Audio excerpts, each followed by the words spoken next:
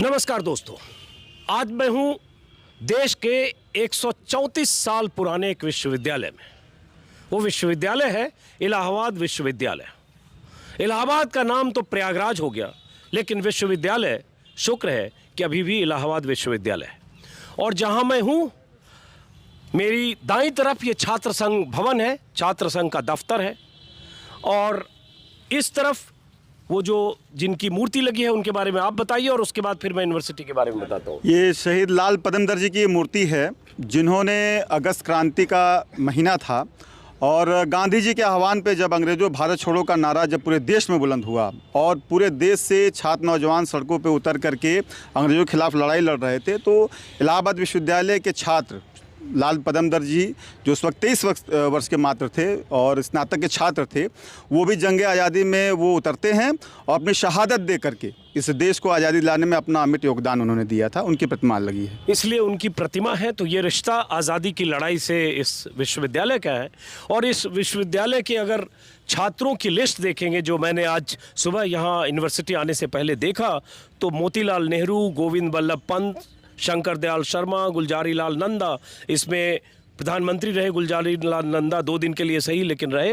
विश्वनाथ प्रताप सिंह प्रधानमंत्री रहे, चंद्रशेखर, नारायण दत्त तिवारी, हेमवती नंदन बहुगुणा, सत्येंद्र नारायण सिन्हा, ये सब मुख्यमंत्री, और मुरली मनोहर जोशी, अर्जुन सिंह, मदन लाल खुराना, ऐसे बहुत लंबी लिस्ट है। और उसी में अगर साहित्यकारों की बात करें, क्योंकि इलाहाबाद साहित्यिक गतिविधियों का केंद्र रहा दशकों तक, और 60, 50, 70 के दशक में, 80 के दशक में उस दौर की लिखी गई कथाओं की, कहानियों की, किस्सों की, उपन्यासों का जिक्र करेंगे तो इलाहाबाद का जिक्र होगा। तो इलाहाबाद के इस यूनिवर्सिटी में महादेवी वर्मा, हरिवंश राय बच्चन, बाबूराम सक्सेना, धर्मवीर भारती, कमलेश्वर, मृणाल पांडे, गोविंद मिश्र, भगवती चरण वर्मा, ऐसे तमाम विभूतियों ने इसी यूनिवर्सिटी से पढ़ाई की।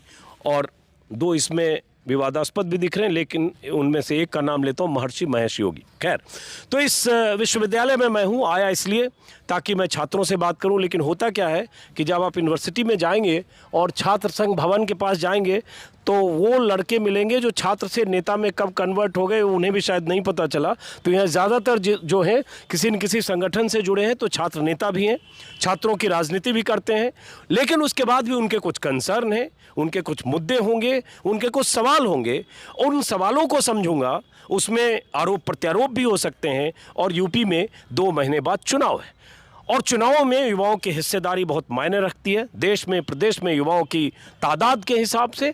और युवाओं के सवाल बेरोजगारी से भी जुड़े हैं, और यूपी में भी बेरोजगारी भी एक सवाल है। तो छात्रों के लिए क्या सवाल हैं? सबसे पहले मुझे जो पता चला, और जब तब मैं देखता रहता हूँ सोशल मीडिया पर ख़ास तौर से, कि छात्र संघ का यहाँ चुनाव कितने साल से नहीं हुआ? 2018 में लास्ट चुनाव हुआ था, उसके बाद से अभी तक नहीं हुआ। 2018 के बाद चुनाव नहीं हुआ। और वहाँ जहाँ मैं हूँ, यहाँ से 30-40 मीटर दूर या और भी कम होगा, कुछ छात्र लगातार अनशन पर बैठे हैं। वो कितने दिन से अनशन पर बैठे? 519 दिन से, 500 दिन से अनशन पर बैठे। 519 दिन, 519 दिन से, 519 दिन। चलिए 19 ही दिन मेरे से कम हुआ। और तब तक बैठेंगे जब तक छात्र संघ बहाल हो जाता है। और यहाँ भी बताया गया कोई छात्र संघ के आखिरी उपाध्यक्ष भी हैं। ये आखिरी उपाध्यक्ष मतलब? नहीं, आखिरी उपाध्यक्ष नहीं सर, निवर्तमान है। 2018 में जब छात्र संघ का चुनाव हुआ, तो हम जो कांग्रेस का छात्र संगठन NSY है, उससे चुने गए थे। और यहीं पर बगल में चैम्बर भी अभी तक तख्तियाँ लगी हुई हैं, लेकिन केंद्र सरकार के द्वारा हम लोगों का चैम्बर भी बंद कर दिया गया। केंद्र सरकार के हस्तक्षेप से यहाँ का छात्र संघ भी बैन कर दिया गया है। अच्छा, ये बताओ, थोड़ा चूंकि बात वहाँ से शुरू हो गई, तो क्यों चुनाव बैन किया गया? थोड़ी लोगों को जानकारी मिले। सर, जैसे छात्र संघ था तो लगभग 10 लाख से ऊपर प्रतियोगी छात्र इलाहाबाद में रहते हैं। विश्वविद्यालय के जो छात्र हैं वह अलग हैं, और जो कॉलेजों के छात्र हैं अलग हैं। एक मजबूत विपक्ष की तरह यहाँ इलाहाबाद विश्वविद्यालय और इलाहाबाद का जो नौजवान है, छात्र है, वह लगातार विरोध दर्ज करा रहा था रुकी हुई वैकेंसीज को लेकर के, रुकी हुई भर्तियों को लेकर के, चाहे वह शिक्षक भर्ती रही हो, चाहे वह पुलिस भर्ती रही हो, चाहे वह दरोगा भर्ती रही हो, चाहे नलकू विभाग, चाहे UP SSSC, रेलवे SSC, जो भी भर्तियां, लगभग एक बहुत बड़ा जो विपक्ष है वह इलाहाबाद से छात्रों का निकलता है। छात्र संघ को बैन कर देने से जो इनकी सोच थी कि लगभग छात्रों की जो आवाज़ है उसको हम बंद कर देंगे, तो इसी वजह से आप सिर्फ देखेंगे इलाहाबाद विश्वविद्यालय ही नहीं, लगभग BHU देखेंगे, गोरखपुर विश्वविद्यालय देखेंगे, बुंदेलखंड यूनिवर्सिटी देखेंगे, जो भी विश्वविद्यालय है लगभग सारे जगह के छात्र संघ चुनाव बंद हो गए। अभी हाल ही में आप देखेंगे कि 2 दिन पहले महात्मा गांधी काशी विद्यापीठ छात्र संघ का चुनाव का नामांकन हो चुका था, जो प्रदर्शन चला और 24 तारीख को नामांकन की तिथि थी। लेकिन पिछली बार भी आप देखेंगे अखिल भारतीय विद्यार्थी परिषद का काशी विद्यापीठ से भी सुपड़ा साफ हुआ था, संपूर्णानंद संस्कृत विश्वविद्यालय से भी इनका सुपड़ा साफ हुआ था। आप देखेंगे कि ये दोनों विश्वविद्यालय प्रधानमंत्री नरेंद्र मोदी जी के ही संसदीय क्षेत्र हैं। तो कहीं ना कहीं जो युवा है लगातार इनका विरोध दर्ज करा रहा है, इनके 2 करोड़ रोजगार वाले मसले पर कहीं ना कहीं युवा अपने हितों को लेकर के विरोध दर्ज करा रहा था। इन्हीं सबको देखते हुए जो केंद्र सरकार है वह छात्र संघों को बैन कर रही है। अब छात्र संघों को बैन कर रही है, उसकी वजह ये बता रहे हैं। और इलाहाबाद विश्वविद्यालय में जहां मैं हूं, ये पूरब का ऑक्सफोर्ड इसको कहा जाता रहा है। और जिनको गज़लों में दिलचस्पी है, फिराक गोरखपुरी साहब का रिश्ता इस यूनिवर्सिटी से रहा है। यहाँ शिक्षक रहे हैं और यहीं के छात्र भी रहे हैं, अंग्रेजी विभाग के। और अमरनाथ झा और वो सहपाठी रहे, उनके बहुत सारे जी। दरअसल जहां हम लोग खड़े हैं और ये एक ऐतिहासिक छात्र संघ है और छात्र संघ का इतिहास भी जानना बहुत ही ज़रूरी है। आप सोचिए कि जब हमारा देश अंग्रेज़ों के अधीन था और गुलाम थे हम, तो हमारे उस समय भी हमारे यूनिवर्सिटीज़ में छात्र संघ हुआ करता था। 1922-23 से हमारा छात्र संघ का इतिहास रहा है और छात्र संघ का इतिहास पे हम लोग को इसलिए भी गर्व होता है क्योंकि एक से एक नाम ऐसे आए छात्र संघ के हमारे, जो भारतीय राजनीति में ऊंचा शिखर तक गए। साथ ही साथ भारतीय राजनीति में तो गए ही, आप देखिए हमारे सब एक पूर्व अध्यक्ष रहे जो शिक्षा के क्षेत्र में DS कोठारी साहब हमारे यूनियन के अध्यक्ष रहे, सुभाष कश्यप जी जो संविधान के एक भारत में विशेषज्ञ हैं और वो हमारे यूनिवर्सिटी के यूनियन के प्रेसिडेंट रहे। तो इस तरह के बहुत सारे ऐसे नाम हैं। मेघनाथ साहा जी यूनिवर्सिटी यूनियन से रहे और एक साइंटिस्ट रहे। और आपने एक पहले सवाल किया कि छात्र संघों पे बैन क्यों, तो मैं मानता हूं कि छात्र संघों पे बैन का एक सबसे बड़ा रीजन है, वो ये है कि छात्र संघ एक मुखर आवाज़ होती है, एक ऐसा दबाव समूह होता है जो सरकारों पे एक नियंत्रण और जो निरंकुश सरकारें हैं उनके खिलाफ एक आवाज़ उठाती है। आप देखिए किस तरह से ये सरकार शिक्षा का निजीकरण कर रही है, किस तरह से शिक्षा का बाजारीकरण कर रही है, प्राइवेट यूनिवर्सिटीज बिल लेके आए रहे हैं। तो कौन बोलता था, कौन आवाज़ उठाता था? ये स्टूडेंट यूनियन ही आवाज़ उठाते थे। छात्र संघ के नेता थे पहले? जी, मैं पहले 2012 तक मैं यूनिवर्सिटी यूनियन का ही। 9 साल हो गया, आप यहाँ क्या कर रहे हो? जी, मैं आज आप पता चला कि आप यहाँ आए हैं, हमारे साथियों ने बताया कि आप यहाँ आ रहे हैं, बातचीत कर रहे हैं। तो चूंकि आपसे एक बहुत सारी उम्मीदें हैं, अभी आपने किसान आंदोलन में जिस तरीके से किसानों का नहीं, इसी वजह से मैं यहाँ आया कि कम से कम उन आवाज़ों को आप मजबूती प्रदान करते हैं जिनकी आवाज़ दबाने की कोशिश नहीं। मैं विषय नहीं हूँ इसलिए बचना चाहूँगा। चलिए, तो पूर्व छात्र नेता है 9 साल, हालांकि इस देश में 40-50 साल के भी नेता युवा होते हैं, 50-55 साल के। तो चलिए, छात्र नेता आज भी मानते होंगे अपने को। यहाँ बाकी लोग हैं, उनसे बात करने से पहले, चूँकि इलाहाबाद यूनिवर्सिटी का सवाल है, इलाहाबाद यूनिवर्सिटी का इतिहास है और दशकों तक, मैं अगर अपना जिक्र करूँ 30-40 साल पहले के, तो सबको एक सपना होता था इलाहाबाद में पढ़ने का। इलाहाबाद शिक्षा का केंद्र भी है। हज़ारों, मेरे ख्याल से लोग कहते हैं 40-50 हज़ार बच्चे यहाँ रहते हैं, प्रतियोगी परीक्षाओं की तैयारी करते हैं।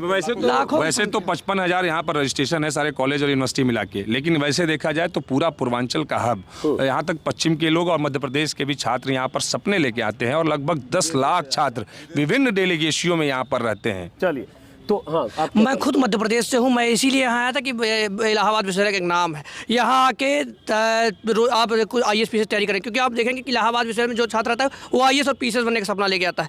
परंतु जब आए इलाहाबाद विश्वविद्यालय, यहाँ की जब दशा को देखा, तब हमने कहा कि इसके खिलाफ लड़ा क्यों जाए, कैसे लड़ा जाए। जब रोजगार नहीं है, आप देखिए कि UPSC में बैकडोर एंट्री हो जा रही है, तो कैसे हम लोग लेटर एंट्री हम लोग नहीं कर रहे, क्योंकि हम लोग लोकसभा स्पीकर के बेटे नहीं हैं, हमारे पिताजी सांसद, हम किसान के बेटे हैं। इसलिए हमने कहा हमने लड़ाई लड़ने के लिए, आप छात्रों की बात करने के लिए हम छात्र राजनीति में आए। हम इसलिए आए हैं क्योंकि हम संगठन से जुड़े, मैं NSUI से जुड़ा, भारतीय राष्ट्रीय छात्र संगठन। तो इसलिए हम आए कि ताकि जो छात्र जो यहाँ तैयारी करने एक सपने के साथ आए हैं कि अपने माता पिता का सपना लेके कि हम IAS बनेंगे, PCS बनेंगे, बुढ़ापे का सहारा बनेंगे, हम उनकी आवाज़ को बुलंद करने के लिए। क्योंकि आप देखेंगे लगातार यहाँ पे, चाहे अभी देखेंगे आप यहाँ पे ट्यूबवेल का पेपर लीक हो जाता है, बियर गोदाम को ठेका दे दिया जाता है। तो इसके खिलाफ हमारी लड़ाई रोजगार के सवाल पे, हमारी लड़ाई के धर्म के मुद्दे पे नहीं। हमको आप बहकाते हैं कि धर्म के मुद्दे पे आप लड़ो, आप तमाम मुद्दे पर आप सवाल करेंगे रोजगार पे, हम सवाल करेंगे महंगाई पे, हम सवाल करेंगे अपने किसानी पे बात करेंगे, हम खेती पे बात करेंगे, क्योंकि हम शिक्षा पे बात करेंगे, क्योंकि मामला ये है कि हम किसान के बेटे हैं, हम उस पर भी बात करेंगे। हम एक छोटे मजदूर की बात करेंगे, क्योंकि हम उसके टैक्स से पढ़ते हैं। हम इलाहाबाद विश्वविद्यालय के छात्र हैं, हम टैक्स पेयर के पैसे पढ़ते हैं, इसलिए हमको हर व्यक्ति की बात हम करेंगे। इसलिए हमको आप भटका नहीं सकते धर्म जाति पे, हमको आप मजहब पे, मंदिर मस्जिद पे नहीं भटका सकते। हमको शिक्षा पे बात करनी है, हमको रोजगार पे सही सवाल है, सही बात है। और छात्रों के लिए रोजगार ही सबसे बड़ा सवाल भी होना चाहिए, रोजगार ही सबसे बड़ा मुद्दा भी होना चाहिए, क्योंकि जो स्टूडेंट यहाँ से पढ़ के निकलेंगे या जिस उम्मीद से पढ़ने के लिए यहाँ आए हैं, उनके माता पिता 4,000, 6,000, 8,000, 5,000 जिसकी जो हैसियत है, चाहे किसानी करते हो, चाहे कोई दुकान चलाते हो, कुछ भी चलाते हो, हर तरह के लड़के यहाँ अपने परिवार के पैसे से महीनों सालों तक पढ़ते हैं, 5 साल 8 साल तक, और उसके बाद अगर उन्हें रोजगार नहीं मिलता है तो रोजगार सवाल है। आपका क्या शुभ नाम है? अंकुश यादव। अंकुश यादव जी, आप किस संगठन से, किसी से जुड़े हो? समाजवादी छात्र सभा से। हम 2013 में यहाँ से जॉइंट सेक्रेटरी रहे हैं। तो इसी छात्र संघ से। राजनीति ही खाली छात्र की कोई पढ़ाई लिखाई नहीं, करके पढ़ाई कुछ भी रोजगार किए भी हैं, मिला? पढ़ाई भी किए हैं, रोजगार के नाम पे कुछ नहीं है। यहीं अभी आप जब कल शुरू से ही चले गए छात्र राजनीति में? नहीं, हम 2011 में जब आए तो हमारे सीनियर्स थे, यहाँ छात्र संघ बहाली का आंदोलन चल रहा था। और सबसे बड़ी चीज़ है कि जब हम छात्र कहते हैं अपने आप को, तो एक हाथ में कलम होनी चाहिए और दूसरे हाथ में लड़ाई की मसाल। अगर हमारी बात है, हम यहाँ पे आते हैं तो किस मुद्दों को लेकर के आते हैं? एक गरीब किसान का बेटा हूँ मैं, और एक गरीब किसान का बेटा जब इलाहाबाद विश्वविद्यालय में आता है तो एक सपना लेके आता है, और वो अपने बहन का सपना लेके आता है, अपने बाप का सपना लेके आता है, अपने माँ का सपना पूरे परिवार का सपना लेके आता है। लेकिन जब आता है इलाहाबाद विश्वविद्यालय में तो देखता है कि क्या है, कुछ नहीं, एक्सक्लूसिव डेवलपमेंट। हम डेवलपमेंट की बात करते हैं और वो लोग धर्म, मंदिर, समावेशी इंक्लूसिव, डेवलपमेंट की बात करते हैं। लेकिन ये लोग धर्म के नाम पे बांटते हैं, हमें हिंदू मुस्लिम के नाम पे बांटते हैं। अभी एबीवीपी, बीजेपी, सत्ता वाले लोग, अभी कल नरेंद्र मोदी जी आए थे, यहीं 2014 में उन्होंने कहा था कि हम युवाओं को 2 करोड़ रोजगार देंगे। 2 करोड़ रोजगार कैसे देंगे? बैंकों को छटनी की नंबर आ गई। जो वैकेंसियां थी, आज इलाहाबाद विश्वविद्यालय में वैकेंसियां, सीटें खाली हैं, प्रोफेसर की सीटें खाली। आखिर कहाँ पढ़ेंगे? जो स्टूडेंट है वो कहाँ पढ़ेगा? महिलाओं के ऊपर जिस तरीके से इस पूरे प्रदेश में अत्याचार हुआ है, सेंगर जैसे लोगों के ऊपर क्या कार्रवाई हुई और क्या हुआ? रोजगार पर रहते हैं, रोजगार पर अभी पहले रहते हैं। ये अखिल भारतीय विद्यार्थी परिषद के कौन लोग हैं? आप हैं। आपका क्या? और मैंने कोशिश की है कि जितने छात्र संगठन है सबकी नुमाइंदगी हो। आपका क्या शुभ नाम है? मेरा नाम नीरज प्रताप सिंह है, मैं महानगर मंत्री हूँ यहाँ विद्यार्थी परिषद का। महानगर मंत्री हैं। अब नीरज ये बताओ कि छात्र राजनीति में हो, पढ़ाई क्या की आपने? मैंने लॉ कर रहा हूँ मैं इस समय अभी। और आपने क्या पढ़ाई की है? अभी लॉ कर रहे हैं हम भी। लॉ कर रहे हो मतलब कई साल पहले सब करके उसके बाद लॉ में रहते हो 2-4-10 साल तक? हमने बीए किया, एमए इन फिलॉसफी किया। यहाँ से मुझे बैन कर दिया गया। यहाँ छात्र संघ आंदोलन तमाम चल रहे थे, यहाँ से मुझे बैन कर दिया गया। मैं लखनऊ विश्वविद्यालय चला गया। लखनऊ विश्वविद्यालय क्रिमिनोलॉजी से एमए किया। अच्छा। फिर लॉ किया, अब एलएलएम कर रहा हूँ इस समय। चलिए अब वापस हम इन पे आते हैं। अब ये बताओ नीरज कि जैसे रोजगार का सवाल होता है युवाओं के लिए, छात्रों के लिए जो पढ़कर निकलता है, चाहे वो पीजी कर रहा हो, चाहे पीएचडी कर रहा हो, चाहे एमफिल कर रहा हो, कुछ भी कर रहा हो, आखिर में होता है कि उसको या तो नौकरी मिले या कोई ऐसा रास्ता मिले रोजगार का। आप मेरा सवाल पूरा होने दीजिए। आप चूंकि अखिल भारतीय विद्यार्थी परिषद से हो और उस परिषद का रिश्ता उस सरकार, उस पार्टी से है, उसी की फैमिली ट्री का हिस्सा है, तो आपके लिए भी रोजगार का सवाल है या संतुष्ट हो? सर मैं आपको करेक्ट कर दूं, पहले हमारा रिश्ता पूरे देश से है, किसी एक पार्टी से नहीं है। बीजेपी आपको मैं ठीक है, ये करना है, यही करना है, कोई विषय नहीं। हाँ, इनको अपनी बात करनी है, इनको इंटरफेयर करना होगा, मैं करूँगा। हाँ, आप मैं सुन रहा था सबकी बातें, जैसे कि इन्होंने कहा कि केंद्र सरकार ने बंद करा दिया। मैं किसी सरकार की नुमाइंदगी नहीं कर रहा हूँ, मेरा वो पक्ष भी नहीं है। तो अगर विश्वविद्यालय में केंद्र सरकार ने बंद करा दिया तो बीएचयू का जब छात्र संघ बंद हुआ तो कांग्रेस का तो जिम्मेदारी लेंगे। आप कह रहे हैं कि उसके बाद इन्होंने कहा कि मैं आया तो देखा कि सपनों को, माँ के सपनों को, बाप के सपनों को ले लिया गया। अनिल यादव जैसे लोगों को बैठाया गया, जो प्राइमरी का आदमी, आयोग का अध्यक्ष, जो एसडीएम तय करता है कौन है। इस तरह का नकारात्मकता फैलाई गई पीछे सरकार में, और ये लोग बात करते हैं आज छात्रों की नकल के लिए। अब फिर आप आ गए ना। और दूसरी बात, नहीं आप लोग पर्सपेक्टिव, हम लोग 10 मिनट दूसरी बात की, अब इनको बोलने दीजिए। और आप पर्सपेक्टिव बात करना चाहते हैं छात्र संघ की, बात करते हैं छात्र संघ की। इसी छात्र संघ की लड़ाई के लिए हम पे आरोप होता है कि हम सरकार के नुमाइंदगी स्त्री के हैं। इसी छात्र संघ के लड़ाई के लिए हमारे राष्ट्रीय मंत्री, राष्ट्रीय सचिव का जो दर्जा होता है, उससे लेकर यहाँ के यूनिट सेक्रेटरी तक 8-8 लोग की डिग्रियाँ रद्द कर दी गई। इसी सरकार में रद्द कर दी गई। विपक्ष की भूमिका 70 सालों से हम निभा रहे हैं, और छात्र संघ क्यों बंद हो रहा है, इसका डिस्कोर्स समझना है। ये डिस्कोर्स बहुत बड़ा है, इसको इस पार्टियों मत बांधिए आप। मैं सोचता हूँ जिम्मेदार लोग हैं, आप भी जिम्मेदार हो। जब बात करें तो फिर एनएसयूआई और सपा कांग्रेस मत बात करिए, दलगत राजनीति से बाहर निकलिए। छात्र संघ सबसे बड़ा चैलेंज है डायनेस्टिक पॉलिटिक्स की राजनीति का, सबसे बड़ा चैलेंज है। आप पोस्ट मंडल के पहले के बात के देखिए राजनीति, उसके पोस्ट प्री मंडल के देखिए, सबसे बड़ा चैलेंज है इसके बाद। और ये वही लोग छात्र संघ को बैन कर रहे हैं जिनको अपने लड़के को बनाना है। थोड़ा शब्दों नहीं, मैं अराजक हो रहा हूँ क्योंकि ये इसलिए, और ये शब्द क्योंकि आप बताइए। और छात्र संघ को खराब वही लोग करते हैं जिनके लड़के को नेता बनाना है, जिसके बाप को, मुख्यमंत्री के बाप को, बेटे को भी मुख्यमंत्री बनाना है। ये लोग छात्र संघ को बंद करते हैं कि कोई लोग चंद्रशेखर बन के ना पहुंच जाए वहाँ पे। ये लोग करते हैं। छात्र संघ की लड़ाई इतनी सस्ती नहीं है कि आप इतना, इसका डिस्कोर्स छोटा नहीं है कि देख लिया आप लोगों केंद्र के ये भाजपा और कांग्रेस, ये लोग आप लोग देखिए, ये सबसे बड़ा चैलेंज है डायनेस्टिक पॉलिटिक्स का, और डायनेस्टिक पॉलिटिक्स को बढ़ाने वाले लोग ये करते हैं। मेरा विद्यार्थी पर से संपर्क है। मेरे सवाल मैंने पूछा था रोजगार का, मैं अब जवाब दे रहा था। आपने कुछ 5-7 मिनट का भाषण तय नहीं किया मैंने, मैं इनका जवाब दे रहा था, क्योंकि हम पे ना एबीपी का ना वहाँ पर ना पॉइंट आउट किया गया था। मेरे संगठन में कोई किसी बेटा का लड़का नहीं बन सकता है, इनके संगठन में हो सकता है। तो ये गिरबान झांक ले। अब आप एक मिनट, आपके संगठन मतलब बीजेपी विद्यार्थी परिषद। अच्छा सर, मैं भी विद्यार्थी परिषद। ठीक, और सुनिए, और सुनिए, ठीक है। अब जो सवाल आप सर पूछिए। नहीं, तो मैंने सवाल ये पूछा, हालांकि एक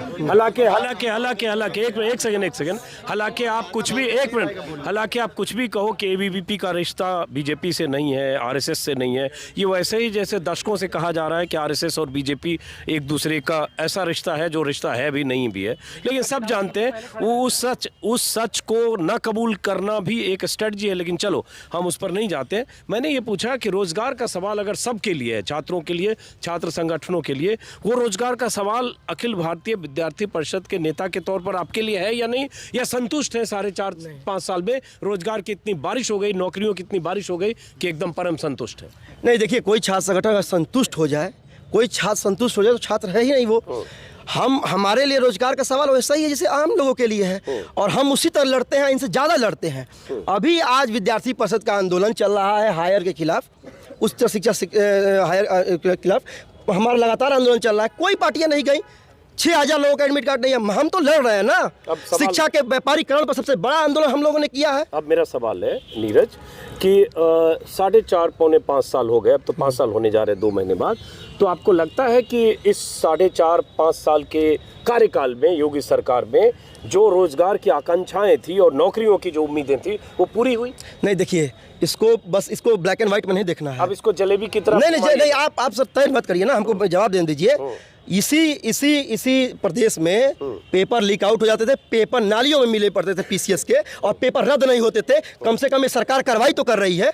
आपको इतना ये बस रुकिए, अब अभी रुक जाइए आप। अरे बीए की दुकान है, गायत्री प्रसाद चले गए जेल, आप बताए पता करिए। हाँ, नहीं, गायत्री प्रसाद चले गए, अलग बात है सर। 2003 में नेताजी ने जब मुख्यमंत्री की शपथ कागज से मिल रहे हैं, आपको पता होना चाहिए।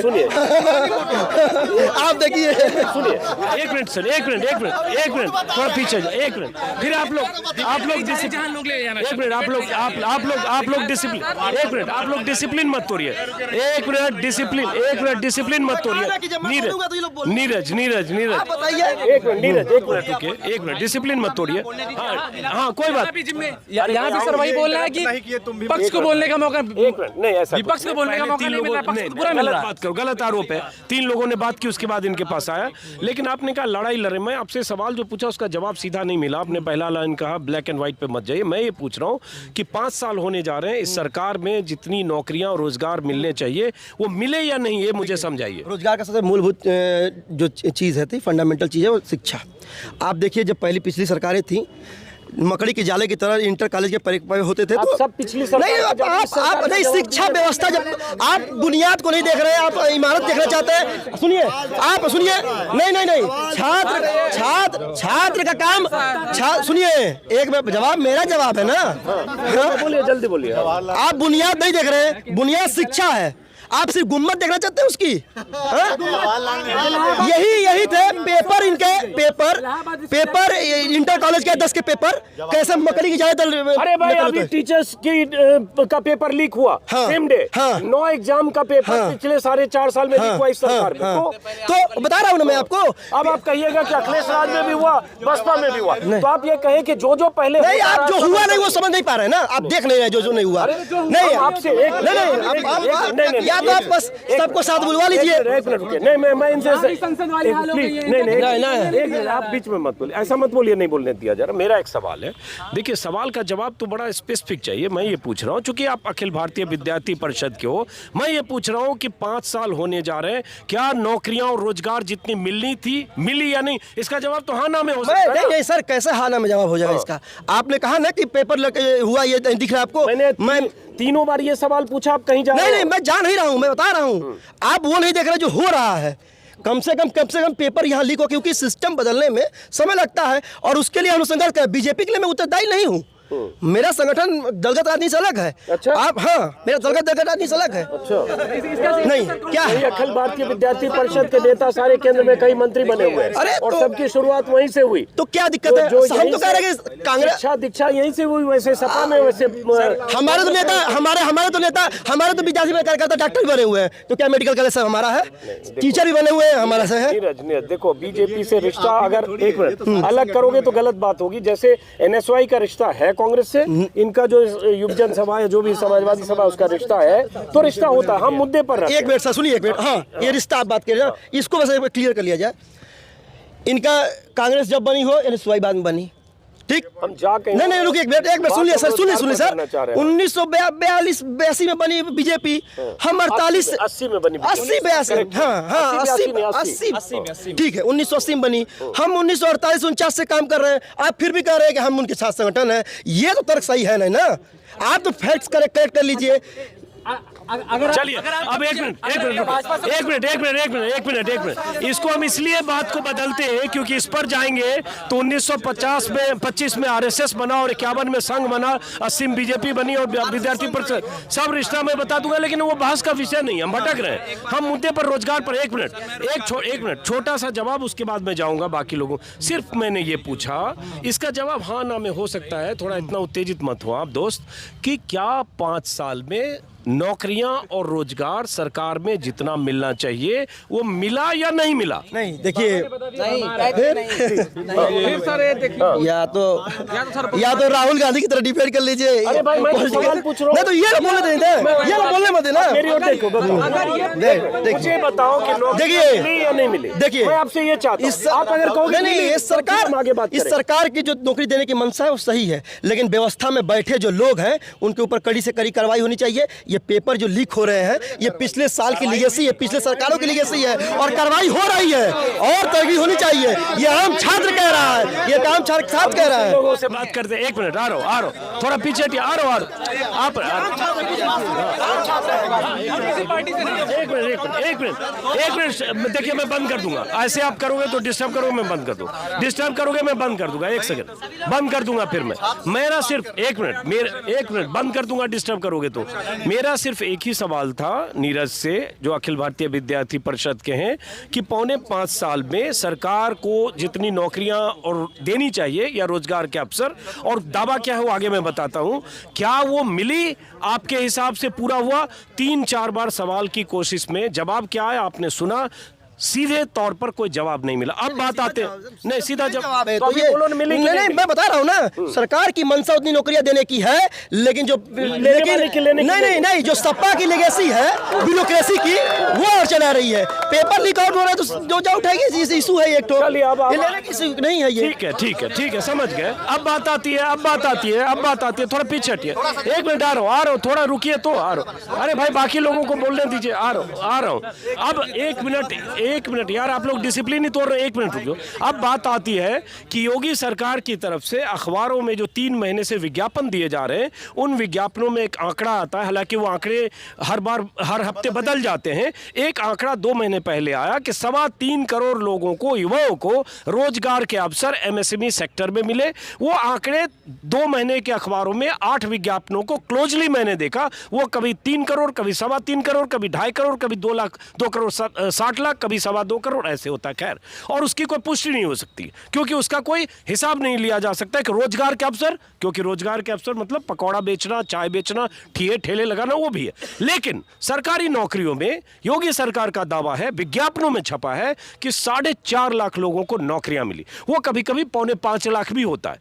अब सवाल उठता है कि क्या सरकारी नौकरियां मिल रही हैं या बहुत पेंडिंग है, या जो बहुत लोगों को लगता है 4 साल 5 साल के बाद नियुक्तियां नहीं मिलती है, जरा वो समझने की कोशिश करूंगा। अब फिर भी 40 सेकंड में जवाब चाहता हूं, क्या सरकारी नौकरियों में भी जितने अभ्यर्थी हैं उनको जितने नियत समय में उनका एग्ज़ाम होकर, उनका वाइवा होकर, उनके सारी प्रक्रिया से गुजर के नियुक्ति पत्र मिलना चाहिए, मिल जा रहा है या उसमें नहीं मिल रहा है? नहीं, कुछ आयोग हैं जो बहुत ही आउटस्टैंडिंग काम किए। अभी यहाँ पे टीजीटी पीजीटी वाला जो हुआ वो बहुत अच्छी नियुक्ति हुई। आउटस्टैंडिंग तो बोल ही रहे हो आप, कभी वाला कुछ बताओ। मैं बता रहे हैं आपको, ये जो पेपर लीक आउट होना था, इस पे नियंत्रण सरकार को करना चाहिए और नौकरियां और भी अधिक मिली चाहिए। हमारे साथ छात्र संगठन के नाते हम चाहते हैं कि ये इस पे प्रॉपर काम हो और शिक्षा पर व्यय बढ़े। चलिए ठीक है, बहरहाल अब इधर से बहुत लोग हाथ उठा रहे हैं, एक करके देखिए, एक करके। हाँ, देखिए, कल इलाहाबाद में माननीय प्रधानमंत्री जी आए थे और ये इससे 7 साल अगर आप पीछे जाएंगे तब भी आए थे, जब 2014 का जब लोकसभा का चुनाव चल रहा था। तो वो आए तो कहे कि आखिर ऐसी क्या वजह हो गई है जो इलाहाबाद विश्वविद्यालय IAS PCS की फैक्ट्री कही जाती थी, आज वो फैक्ट्री बंद क्यों हो गई है। कहे मुझे प्रधानमंत्री बनाइए, मैं वो गौरव और वो सम्मान वापस दिलाने का काम करूंगा। लेकिन आप देख सकते हैं सन 2016 में इलाहाबाद विश्वविद्यालय की रैंकिंग 67 थी, लेकिन अभी 1-2 महीना पहले इलाहाबाद विश्वविद्यालय की जो रैंकिंग आई है 200 से बाहर चली गई। आखिर उसकी क्या स्थिति है? आज आप देखेंगे यूनिवर्सिटी में शिक्षक ही नहीं है, 1000 वैकेंसियाँ विश्वविद्यालय में खाली हैं और भारत को विश्वगुरु बनाने की सोच रहे हैं। आप किस दिशा में देश को ले जाना चाह रहे हैं? आप मंदिर और मस्जिद का सपना दिखा रहे हैं। एक तरफ कहते हैं राम मंदिर, दूसरी तरफ राम मंदिर बनता है तो कहते हैं हम काशी और मथुरा को ले जाना चाहते हैं। हमको नहीं चाहिए मंदिर मस्जिद, तो हमारा पर्सनल मुद्दा है, हमको राजनीति इससे नहीं करनी है। हम बात करिए, हमसे शिक्षा की बात करिए, हमसे स्वास्थ्य की बात करिए, हमसे रोजगार की बात करिए। कोरोना में आप यहीं देखे होंगे हजारों लाशें यहीं गाड़ी गई लाशें, क्या उसका क्या हुआ? स्वास्थ्य का क्या हुआ? लोग ऑक्सीजन के लिए मरते रहे, लोग ऑक्सीजन से मरे। दवाइयाँ जो 10 रुपए की दवाइयाँ थी वो 200 रुपए में दवाइयाँ बेची जा रही थी। और बात करते हैं कि हमने ये किया, हमने वो किया, हमने। अब इनसे बात करेंगे तो मुद्दों को भटकाएंगे, सिर्फ कहेंगे मथुरा पे बात करेंगे, राम मंदिर पे ले जाएंगे मुद्दों को भटका के।